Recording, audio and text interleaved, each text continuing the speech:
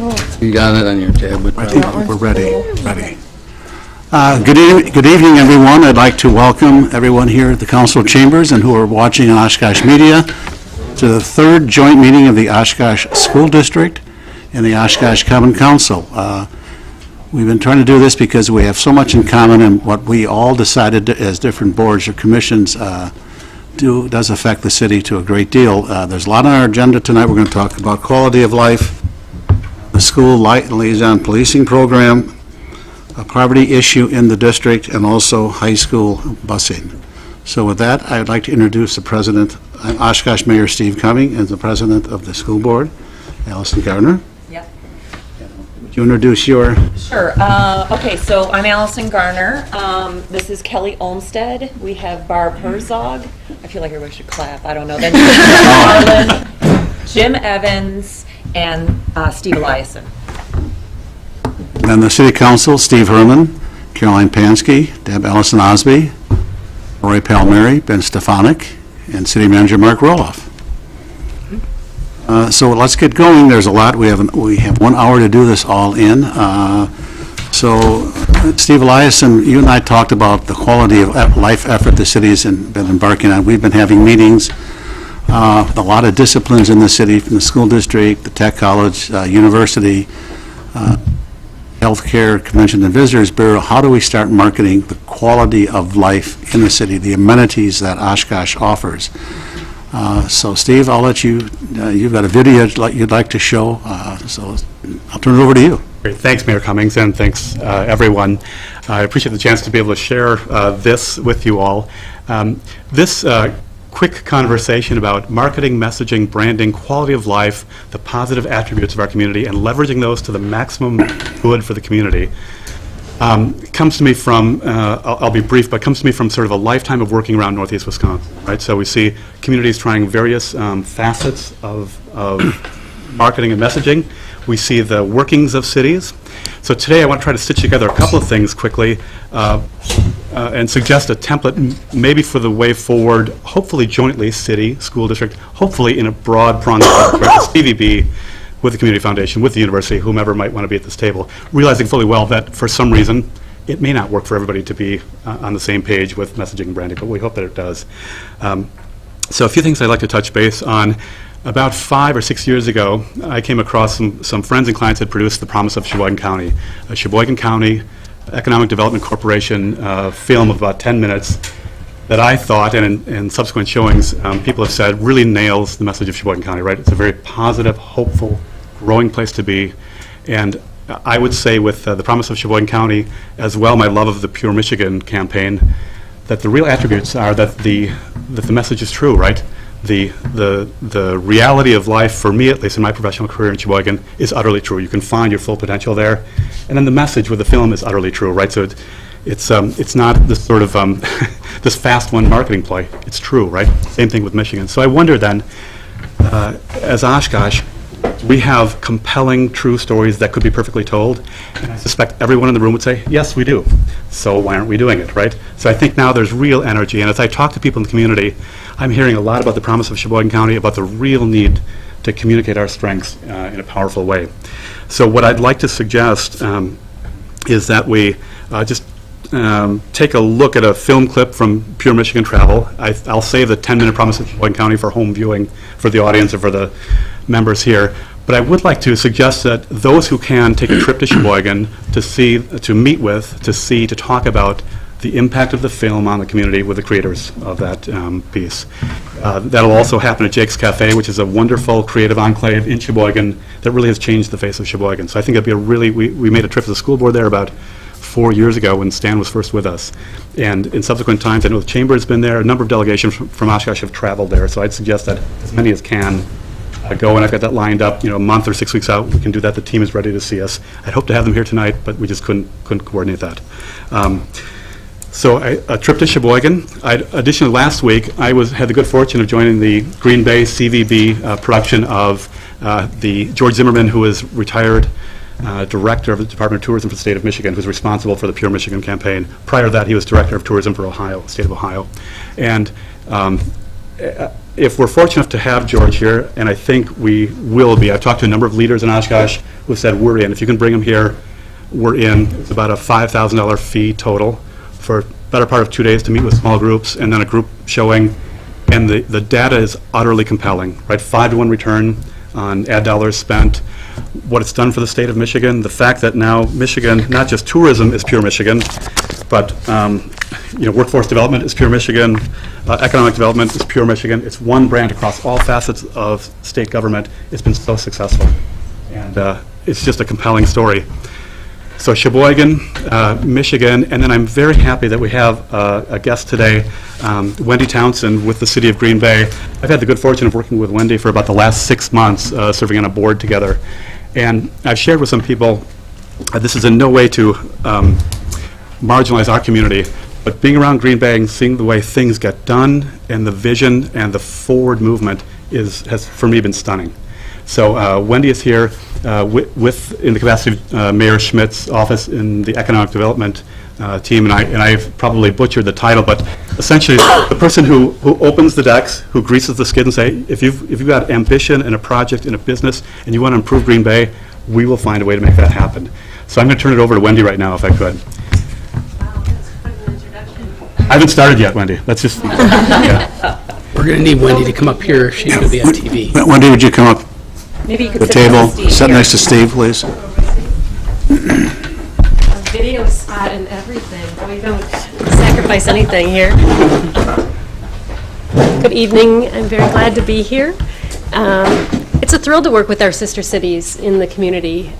We all need each other to be successful, and we talked a little bit about that earlier, but we were fortunate enough that about a year ago, our Visitors Convention Bureau went to a governor's conference, and Mr. Zimmerman spoke, and during Tourism Week for the state, which was just last week, they decided, what could we really do that was exceptional for the community?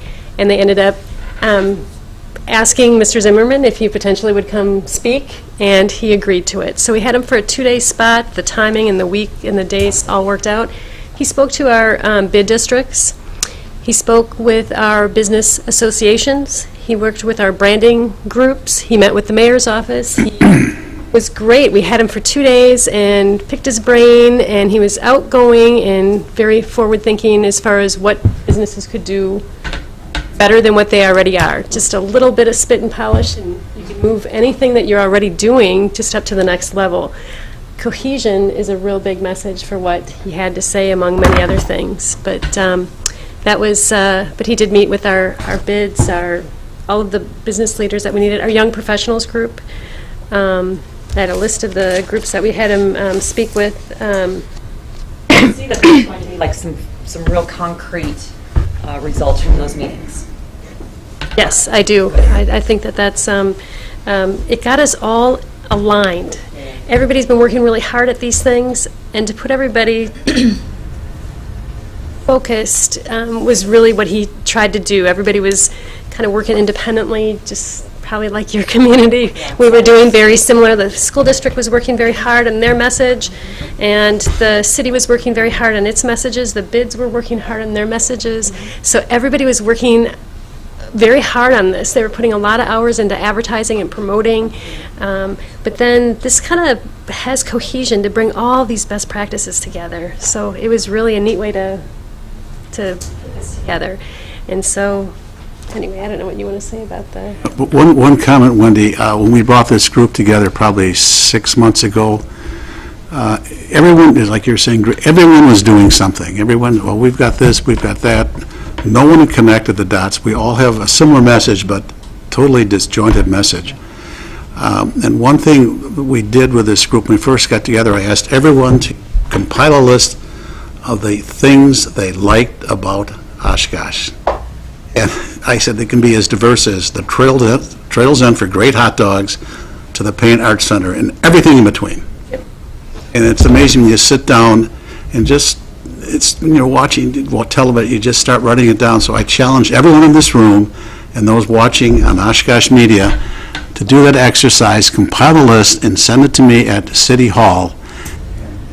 it's an amazing what you'll find out that you like about the city of Oshkosh. It helps you fall in love with your city all over again, doesn't it? It does, and Really great you'll exercise. be watching TV or shaving or doing some yard work, and you think, oh, this is so neat, and that list just grows and grows and grows, and that's what we're doing. We're taking that massive list of amenities, and that's Oshkosh.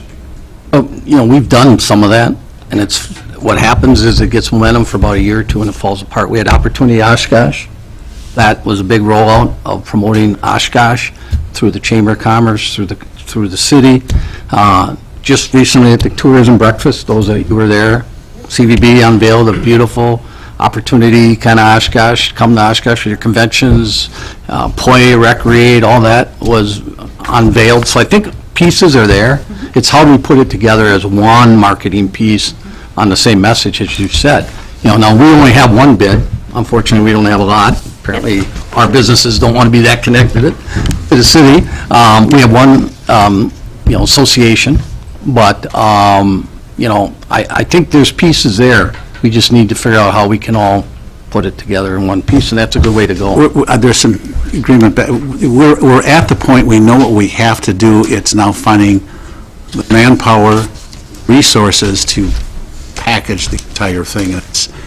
I think it's very exciting, and you just don't realize all this city has to offer until you really focus and do that exercise of piling this list. And it can be just the weird, crazy stuff. I mean, anyone who was at Menominee Park this week, Saturday, the zoo opened. It was full of families. It was Bird Fest, and the train was going, the bouncy house. It was hard to find a place to park. The train is a little small for someone my age, but I got in it, my grandson. But so again, I start repeating myself, but put together that list and get it to me, and you'll be amazed the things that you do love about this city. So. I was going to ask Wendy, what is Green Bay doing in terms of, is there going to be a central coordinated effort? Is there somebody who's going to, take this on? I call it the Dutch uncle, for lack of a better word. Who's going to babysit this project and really cultivate and nurture it so that it comes forward?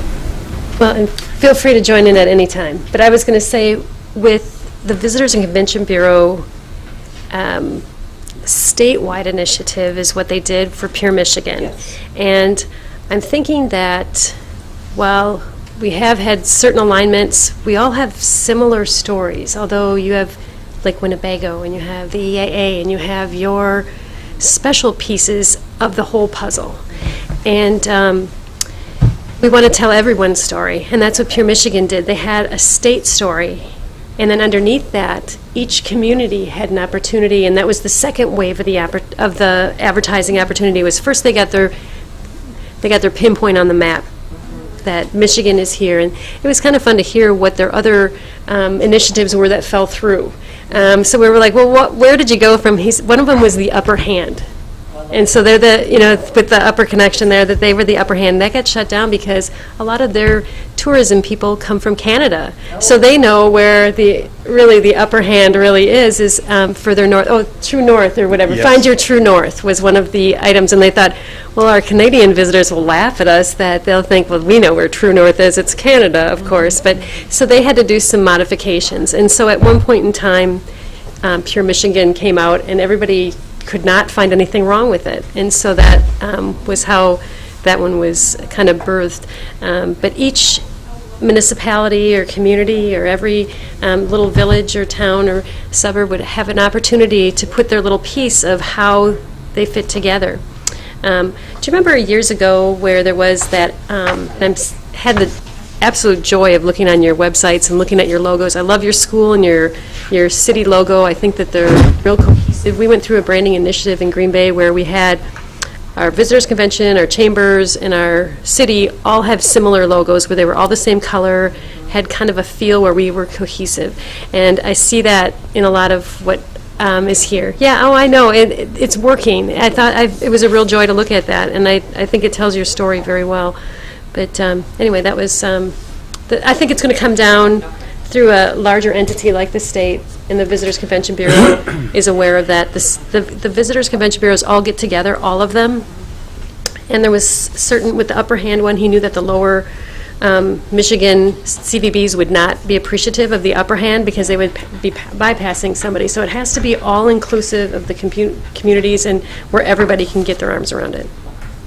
One of the really striking things from George Zimmerman, again, State Tourism Director for Michigan, was the high bar right away, right? Because I asked the question, this would have been very easy to go to a kind of a small shop in Ann Arbor or in Holland or in Grand Rapids. They went with McCann Erickson in Detroit, who does, their worldwide ad agency. Their ad budget, Wisconsin tourism is about $6 million a year, Michigan is $30 million a year. So governors run on the premise, Republican governors run with the promise to increase advertising spending on tourism, right? It's that popular in Michigan. Well, you said it was a 5-to-1 return. Yeah, so it's So even I would helps. invest in something like that. Right. Even I get that one, right? Well, yeah, I think you mentioned McCann Erickson, but I think in simplistic terms, Oshkosh is a product. It's like a car. It's got bells and whistles, features and benefits. It's no more complicated than that. You market the product. My only point in that was that just set to a very high bar right away. Like, we're going to do this. We're going to do it all the way through. We're going to spend the appropriate money. We're going to shoot the thing properly. We're going to air it. Nothing was held in reserve, right? So, and 10 years running, right? And there are those who say it's the single most successful marketing campaign. Forget about tourism, marketing period. Apple, Southwest Airlines, Michigan tourism. It's been that successful.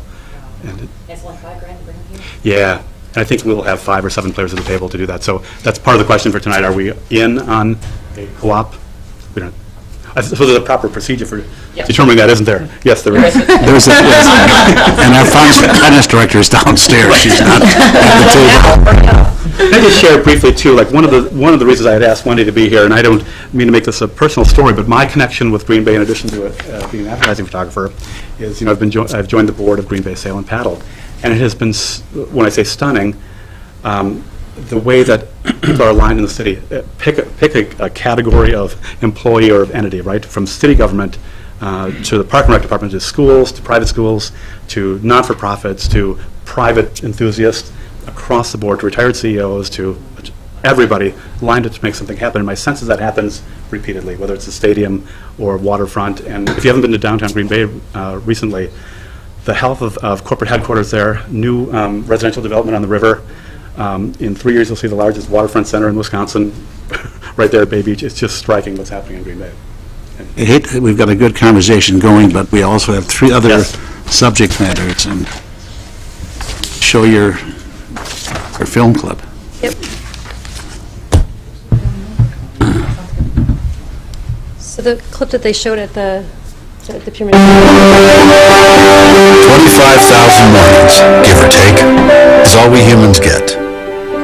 We spend them on treadmills, we spend them in traffic, and if we get lucky, really lucky, it dawns on us to go spend them in a world where a simple sunrise can still be magic. 25,000 mornings. Make sure some of them are pure Michigan. Your trip begins at michigan.org. Hard not to think of fill in the word Ascendant Oshkosh, our Oshkosh Opus, our uniform tagline across all entities, schools, government. Thank you. That was it? That is it? Great. I was waiting for Tom. He's right here. Yeah, yes, yeah.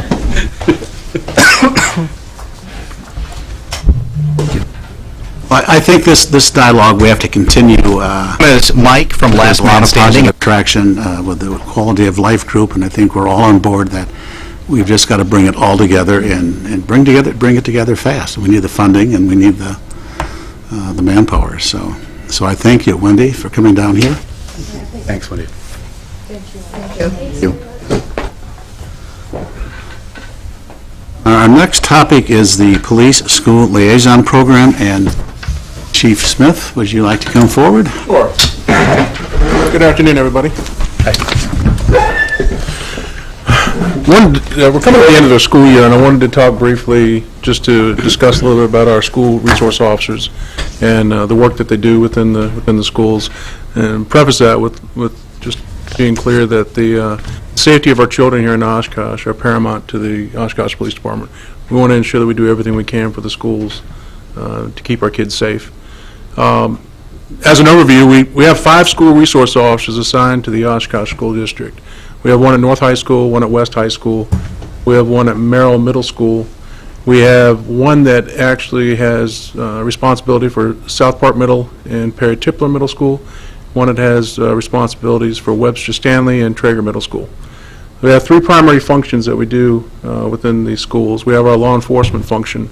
The SROs are tasked with investigating crimes committed on school properties and also crimes that involve juveniles, whether they're the victims, whether they're witnesses, or whether or not they are actually the defendants themselves. Many of the investigations are related to child abuse, neglect, sex-related crimes, substance abuse and thefts, just to name a few of them, and then truancy and all those other things that come along with kids and families.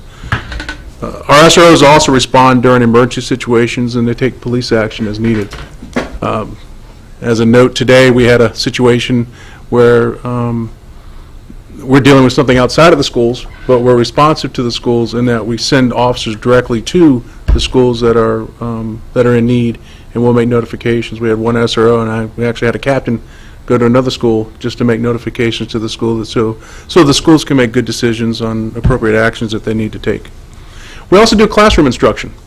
We provide classroom instruction on a variety of topics, including laws and behavior regarding personal safety, internet and social media safety, alcohol awareness, safe driving, bullying, as well as DARE. Everybody's familiar with DARE. Some of us actually may have even had DARE. It's been around for so long. We also liaison with the schools surrounding residences and businesses. We've developed a collaborative working relationship with school administrators, staff, parents, students, and area businesses and neighborhoods. You need to have a bridging agent. Somebody, when there's a problem with a business or a neighborhood, our officers are out there to represent the city and the schools and try to come to some middle ground to try to take care of issues that may come up. And talk briefly about the general benefits arising from the SRO program. The SROs are there to protect citizens and the property of the school district. Their expertise in juvenile law and procedures provides guidance to both the students and staff. The SROs are knowledgeable in prevention and intervention techniques such as crime prevention, conflict resolution, and crime awareness. They build positive relationships and develop a rapport with the students, making the students more comfortable to report crime and speak with police. You know, we have police officers dressed like this a lot. We have squads out there, but when you have an SRO who knows Jimmy or Sally and can reach out to them and say, hey, Jimmy or Sally, something's different today, let's talk. There's value in that, and it's very hard to measure that value, but to have a school resource officer able to pick up on those things, because they pay attention to stuff like that, it's invaluable to really to the health of the students. The SROs work collaboratively with school staff and share information when needed regarding specific students and or staff behavior. We work with the staff to provide school safety presentations, to try to work with the staff to come up with safety plans on how to keep a school safe along the way. They act as a positive role model, mentor, and counselor. Their presence alone acts as a deterrent to crime and probably inappropriate behavior within the schools. Most importantly, I think that the officers have the ability to intervene with situations and students before behavior becomes an arrest situation. We want to get in front of something before we have to do something. There are some extra activities that our SROs do during the school year that I think go uncaptured until we have conversations like this.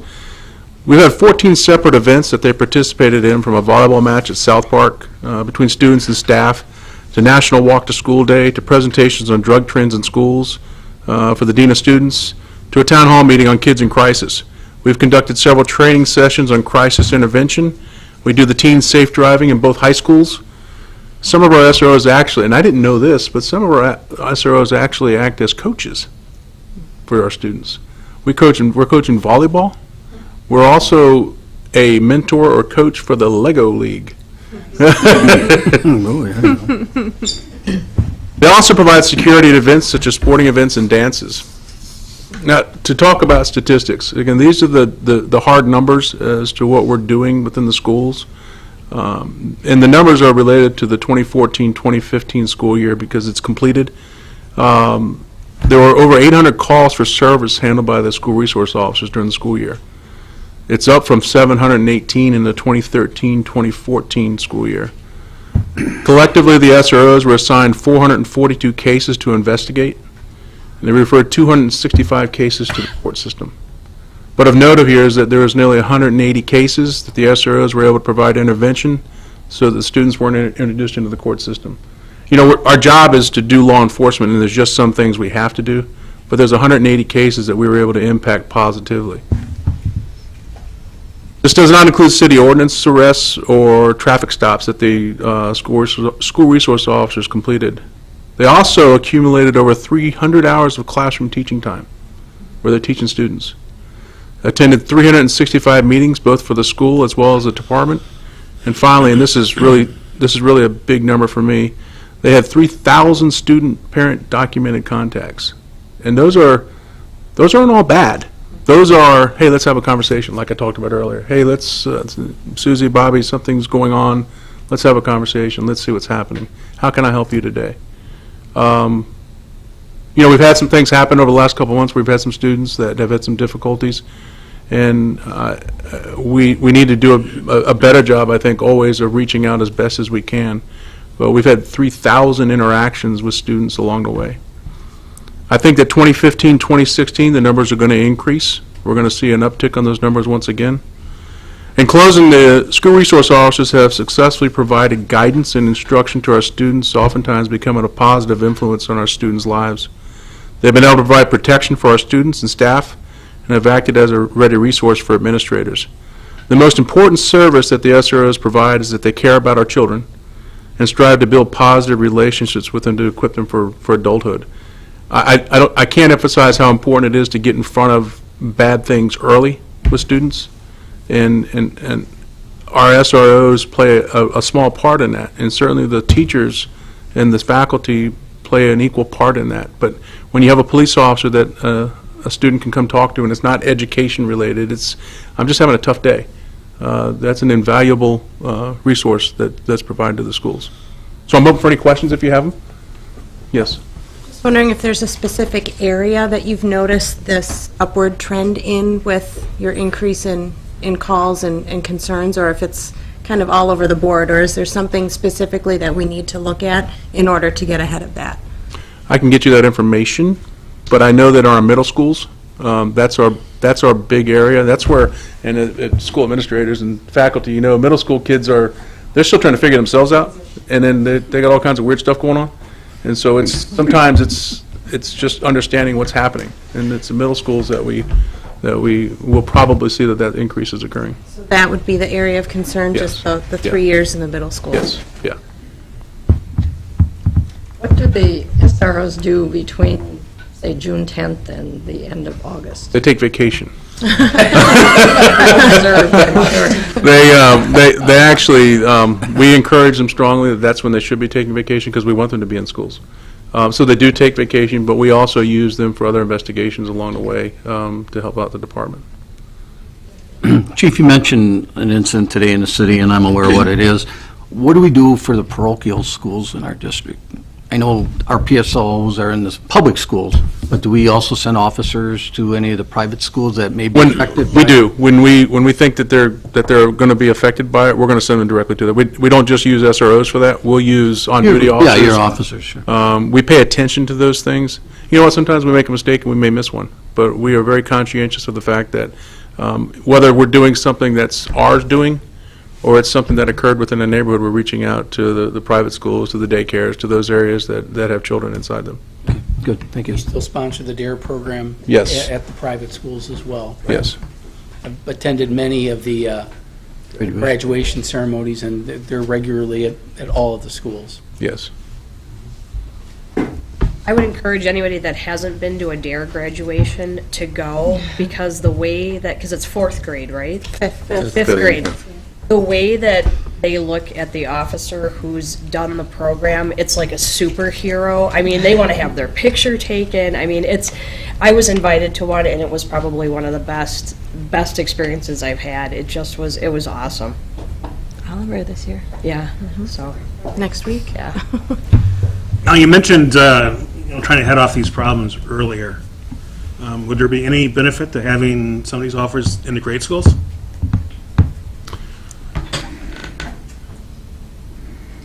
If I had the opportunity and I had the staffing, I would prefer to have them to complete out the middle schools, rather than sharing the 2 middle schools with SROs. That's where probably our greatest need is right now, as it relates to the public schools. On that same note, though, some of the middle schools have elementary schools connected to them. Yes. Do they respond to anything in the elementary? If there's a need, they'll go there. And we'll all go there. It's just, they're right there. Yeah, Yes. I know they're responsible for the middle school. Yes, yes. Okay. And they do get into, with the DARE programs to elementary. Yes, yes. Okay. So I just have a minute to follow up on Sure. Chief's comments about real quick. I'll grab a mic someplace here. Real quickly, just to echo those things, from the school side, I have to tell you, the relationship between the police department is exceptional. I've been in other communities, and this, by hands down, is the best. In fact, statewide, we have a committee, and I don't want to exclude the sheriff's department either, or the fire department, or others, the bus company. We all meet monthly, including SWAT, members of the SWAT team, and make sure the bus company, the city bus company, school principals, our central office administrators, and our SROs we meet monthly to talk about issues and communication. And again, in reference to today's situation, it is so nice when again, the captain of the police department shows up at our school to keep us informed so we can do the best safety precautions, and they call us right away. And we don't have to hear about it or from other source. We get it right from the source, so we work hand in hand with each other to keep our students safe. So everything he's saying is absolutely true. Other things, again, with just another example, we made a phone call to the police because of the unfortunate things that happened in a community northwest with prom. And without hesitation, there was a police presence at our proms. And again, that type of relationship, only for the mere fact to keep our kids safe, but also to comfort parents and students to know that we got you, and we got your back. And it's an exceptional relationship that we do have. Other things that have happened, again, just for the community, we have participated in a program cooperatively with the police department, who endorsed it, called ALICE. And ALICE is an entire safety program that we've trained our staff, our middle school students, our high school students, elementary are in the progress of that. Our boys and girls clubs, our after schools with the YMCA, and even some of our custodial staff, et cetera, all on how to handle emergency situations and how to work in concert with law enforcement or fire department, whoever it may be. So the ALICE training has also happened throughout our school system and our community. So the other thing we've encouraged, and again, I want to thank the chief publicly and his predecessor, is that the police department does walkthroughs unscheduled. They're in the neighborhood, they'll come into the school and walk through the school for no particular reason. And the relationships, again, that he's talked about, again, from my perspective, it's those relationships when a student is in real trouble or perceives trouble, that the first person they'll go to is that SR. They know that person. It's somebody they know, and they built up a relationship and a confidence. And that, again, you can't buy. So again, just from a community, from the district, we can't say enough of good things about both OPD and the sheriff's department and everybody on the FAP team, the fire department as well. So all of our people. So I just wanted to thank you for that. Thank you. Where do you see the next generation of this type of program? It's kind of Caroline's question, where do you see the need, but where the bigger picture in terms of what services or what are some best practices that we aren't doing yet or that we might potentially be doing? Well, one of the things that's important to us is that we're prepared for the worst case. We want to prepare for the worst, but hope that it never occurs. And we want to continue doing some training that we do so that we have all of our officers able to respond to those bad situations. Nobody wants to think that will ever happen here, but the fact of the matter is things can happen here. and we just don't know. So we want to continue our training with the school staff. We want to develop our protocols and how we address active shooter situations. We want to educate the kids some more. There's a new training program called GREAT, Gang Resistance Education and Training, that I think is an incredibly valuable program. That it educates not only the children within the schools, it also educates their parents along the way, as well as to signs of early intervention that we can provide, hopefully on down the road. But if we can continue to foster those relationships within the school and have communication and dialogue, that you can't put a price tag on having that communication, because it translates itself into when the kids get older. How are they going to relate to a police officer when they're on their own? And the only thing they have to work from is their memories of their past and how they were brought up. Sometimes the relationships that they have in school, whether it be with the school officials, the teachers, or the police officers, may be the most positive relationships that they actually have in their life. So they're going to fall back, I think, on those positive relationships. So as far as moving forward, we need to continue the communication. We need to look at additional training opportunities, and as best as we can, provide additional services or manpower to some of those middle school areas that we have gaps at. And Mark, we have collaborated with the police department, and will continue to collaborate with them, using our facilities as occasionally when the need arises, or we offer it, it makes a natural fit, where he's talking about those unspeakable scenarios.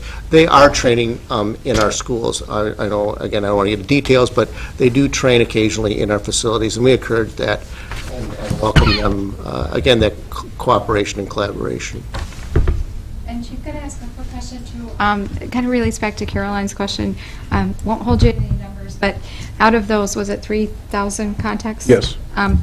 Do you have any sense of roughly like the percentage of those that related to drug or alcohol issues? I wouldn't want to speak to that off the cuff like that, but I can get you that information if you want. Just curious. Sure. Whether or not that trend is kind of moving down younger into, let's say, the middle school or elementary. Public schools, excuse me, we're engaged in the GREAT program for a period of time. I don't know what happened that Funny. they left that, but okay, that would be a logical. Supposed to be one. That's the sheriff's. Sheriff's Department did the great program in the schools for, about 10 years, back in the mid-'80s, and then funding got cut for the program. Do we ever send our elementary school kids on a field trip to like the safety building or anything like that, so that your presence in their school is one thing, but maybe their presence in your environment would be another, so that they can see how it works? I know, having 2 kids in elementary school right now, firefighter John is like an idol. You know, he's so well known, and it's just comforting that they know a firefighter, you know? Yes. And I think that if you put those kids into your situation, they can learn to idolize you guys and respect you guys and know what you do outside of their classroom. I know, you know, they do have some field trips throughout the year that are consistent, but I think maybe that might be an area to look into as well. We'd be happy to host any type of field trips that the elementary schools want to do. We do have some individual groups that outside of the schools that come in. I see elementary school kids pass by my office. Now, a parent could bring a child Absolutely. in, and you would We give do them tours- a tour, we but do I think tours that might be a regularly little within schools. overwhelming. Yeah. Or at least a teacher could take a group of Yes. 25 kids, educate them a little bit in preparation to go and see what you guys do. We'd be more than happy to coordinate that. If you wanted to reach out and say, hey, I want to bring a group of elementary school kids, we'd let them come through the building. Another awesome opportunity has been the officers coming to the schools and setting up games and things that they do after school with the kids, and that safety, what is it, safety school? Yes. Yeah. So And on another note, of some of the other things that we do, and it's not specific to the SRO program, but if you ever get the opportunity to go to the Boys and Girls Clubs, you'll see our police officers in there doing mentoring, afternoon mentoring, helping out with homework, doing counseling sessions in the Boys and Girls Club, and for the at-risk youth. And when you get an opportunity to watch them work and they don't actually see you working, I kind of slip in and watch them. They're not just playing. They care. They know what they're doing. They truly care about the kids that they're mentoring. And then when you have the opportunity to talk to some of these children who have been impacted by these officers, they do idolize them. They look to them to every day. I get to go see Officer Vane. I get to go talk to him, and those are important things that we do outside of the SRO program. Yeah, I hate to cut this good dialogue off, but thank you, Chief Smith. We've got 2 more topics. Thank you. I want to talk about the effect that poverty in this community is having on the school district and the city of Oshkosh. So I'll turn this over to Allison. This is an issue throughout, not just Oshkosh, throughout the valley, and there are groups that are forming to address the issue of poverty. So this is very, very topical at this point. Anybody need either of the? I think we've got them. And if you'll just introduce yourself, Kim and Matt. Yeah, Kim Brown. Matt Kemmer, the Director of Human Services.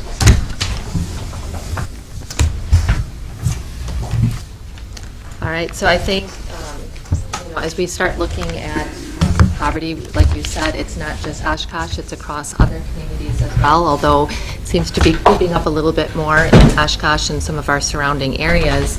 I think Matt and I both said we have to be careful, though, as we have the conversation, because as you talk about the impact of poverty, we have to be careful to say correlation does not mean causation. And so just to keep that fresh in our head as we go forth in our conversations. And do you want to speak a little bit about what you're seeing in the schools, and then we'll talk about some of the things that we're involved in to also help with the poverty pieces? Sure. So as we know, children living in poverty are more likely to experience things like violence in the home, substance abuse issues, mental health issues. And like Kim said, poverty doesn't cause these things, but it does cause stress, and stress can lead to triggers within families that lead to the things that I mentioned. So how this manifests itself most often in the school is the form of behavioral issues. So over the years, past several years, we've seen a rise in behavioral issues, especially at the elementary level.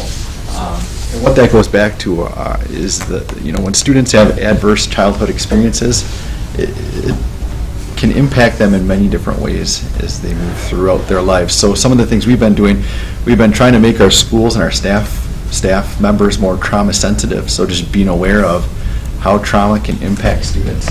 And we also have PBIS in place, which is Positive Behavioral Interventions and Supports. And that focuses on positive reinforcement and building pro-social skills versus punishing students when they're experiencing behavioral issues. So along with that, we've been putting a lot of different things in place to help deal with the mental health issues that are coming up in our schools as well.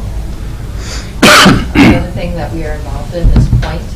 Some of the groups here, I know Barb is involved, I think, through United Way, yes? Or another group? Oh, through St. Vincent de Paul store. All right, so but through Point, it's lots of groups throughout the Fox Valley and the Fox cities, and we're really coming together to really focus in on poverty within our own area, but then we're trusting the process that as we build this, we're going to get more community partners to really hopefully make a difference in poverty in our community. And so there's several areas there, supporting services for family and youth, increasing economic self-sufficiency, housing services, physical and dental health, and then just community supports, connections, and coordination of those pieces. So that's one of the areas that we're also involved. And I think one of the biggest impacts has been even this last referendum. Again, we have to thank the community for coming together, because as we talk about quality of life and what we're trying to do there and really talking about how great Oshkosh is and the highlights, we also know that the people who are coming to look at maybe making this their community, they're going to be looking at the schools, and when we support our schools, we're making our community stronger as well. So I think that is a really big piece. I know that we are also going to be meeting with Dave Sabora, who we met through Quality of Life, who works for, or has Relocate Fox Cities. And he's a champion or advocate for some of the businesses who are saying, can you take people around and see Oshkosh or see Appleton and what they have to offer as they are deciding if they are going to move their families to this community. And so we're going to be meeting with him to talk about everything that our Oshkosh Public Schools have to offer as well. So just one more selling piece, but I think it's really important that we think back to that quality of life piece, because I think it's all their ties here, so. Any questions? Just one quick question. You mentioned some kind of programs or things that are coming up to deal with mental health issues.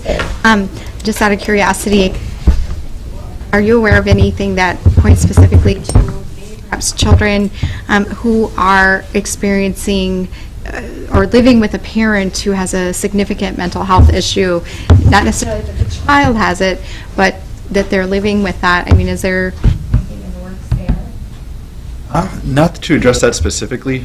I mean, one of the ways we address mental health in our district is by helping our staff understand the impact of mental illness. So we offer trainings not only for staff, but community members and youth mental health first aid. So it helps people become more aware of the signs and symptoms of mental illness and where they can go to get support for a child or an adult. We also have QPR trainings, which stands for Question, Persuade, Refer. And that's a abbreviated training, but again, it helps staff and students recognize those symptoms and characteristics and where to go. And we also have the partnership with Catalpa. They're in our schools too, they're a mental health agency, and they partnered with us, and they actually now reside inside our buildings. So we're bringing the mental health services to the students. Because you can tell a student, you know, it's too bad for you, you have these issues, go get help. But they don't have the resources or the way of getting them. So Talbot came and said, we'll bring it to you. And they're at Washington, Webster Stanley Middle, and North High School. But if I understand it right, Catalpa is for children who are dealing themselves with mental health issues, not necessarily those who are not, but who have family situations where they are.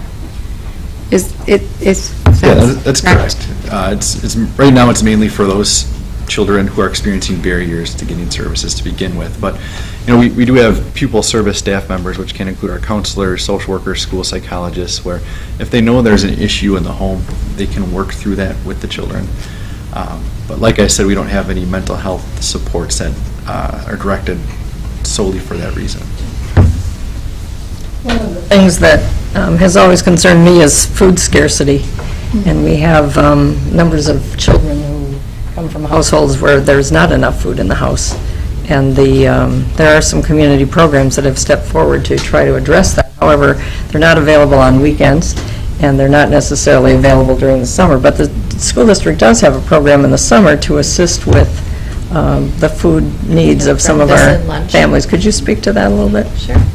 So through our Sunday school program, we also offer breakfast and lunch at those sites in order for the students to receive meals, and that doesn't include just the children, but they can also bring family members to get that lunch as well. And do they have to be enrolled in summer school?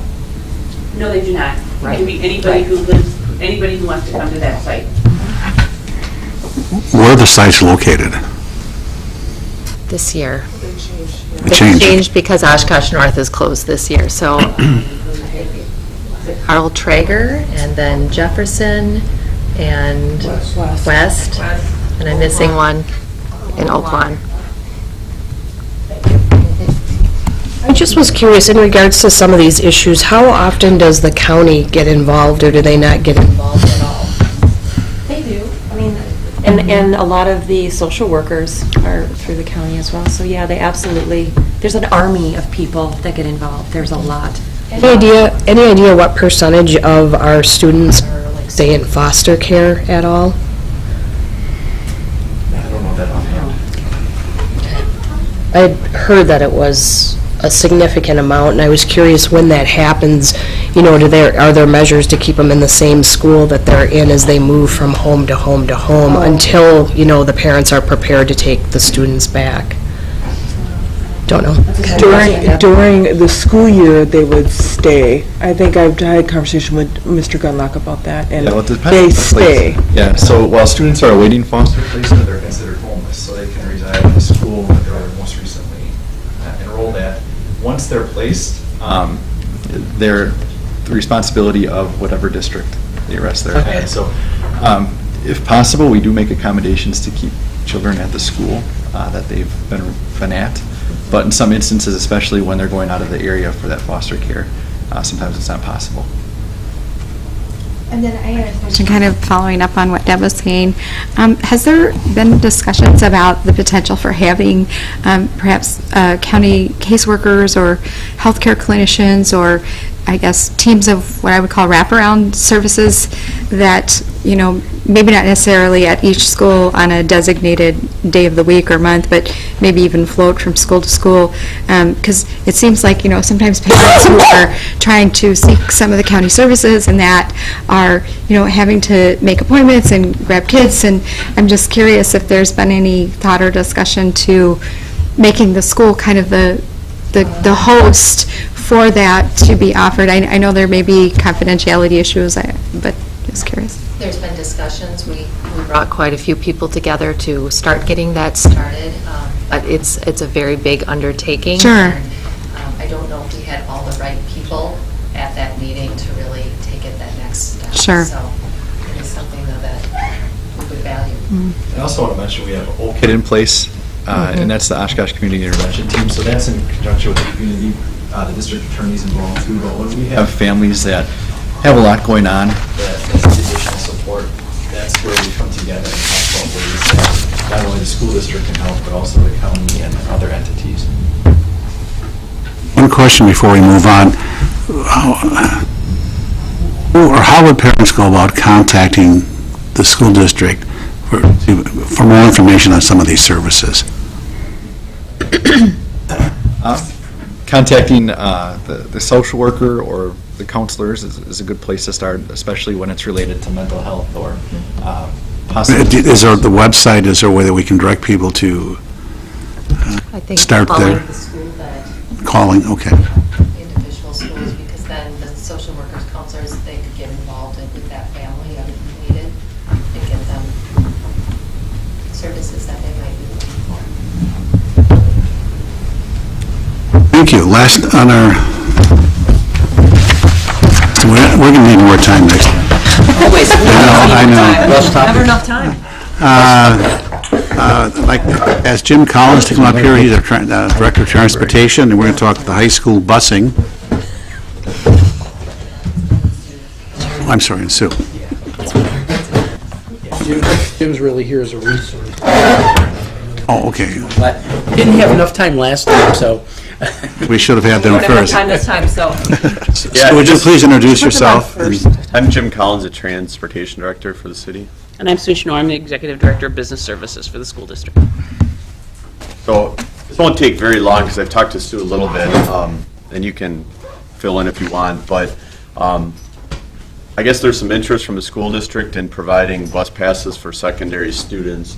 Currently what the school district does is they do buy some passes from us and they provide those to students in need.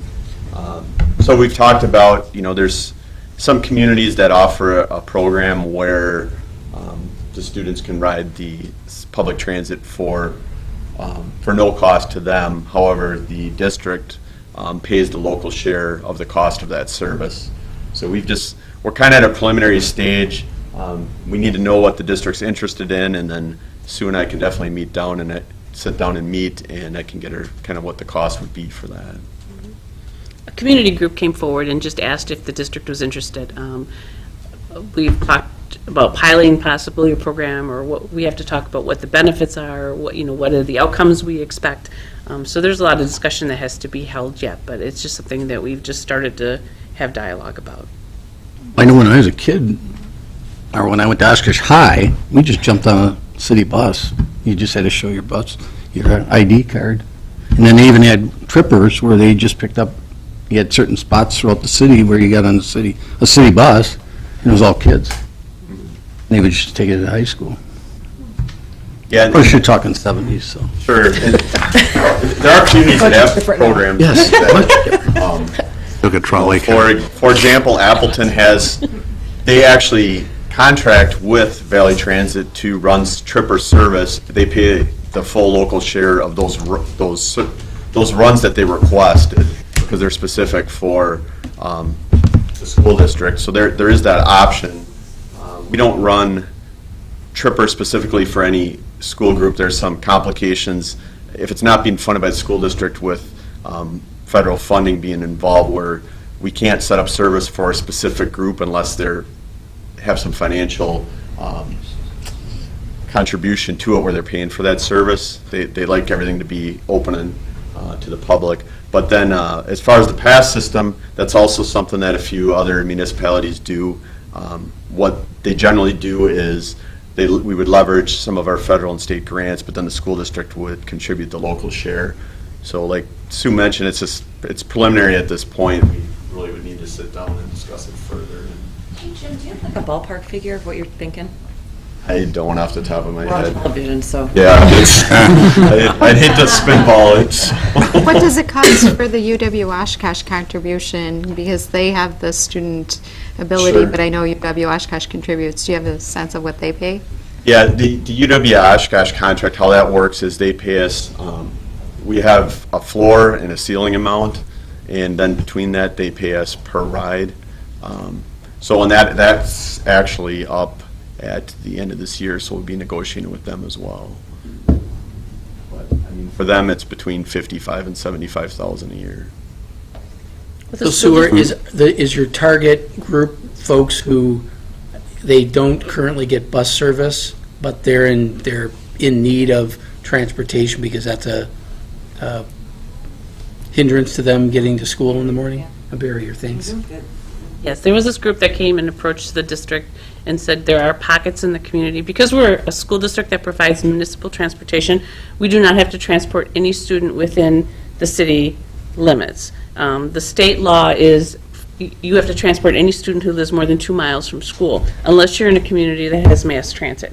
And so because we're in a community that has mass transit, we as a school district do not provide transportation to any student within the city boundaries unless the walk to school is hazardous. So this community group came forward and asked if we'd ever thought about providing transportation to all students because they think that that's a hindrance to some students getting to school. What we do now is if there's a child that truly has issues getting to school, we do have the option of, a social worker or guidance counselor in that school will give the student bus passes.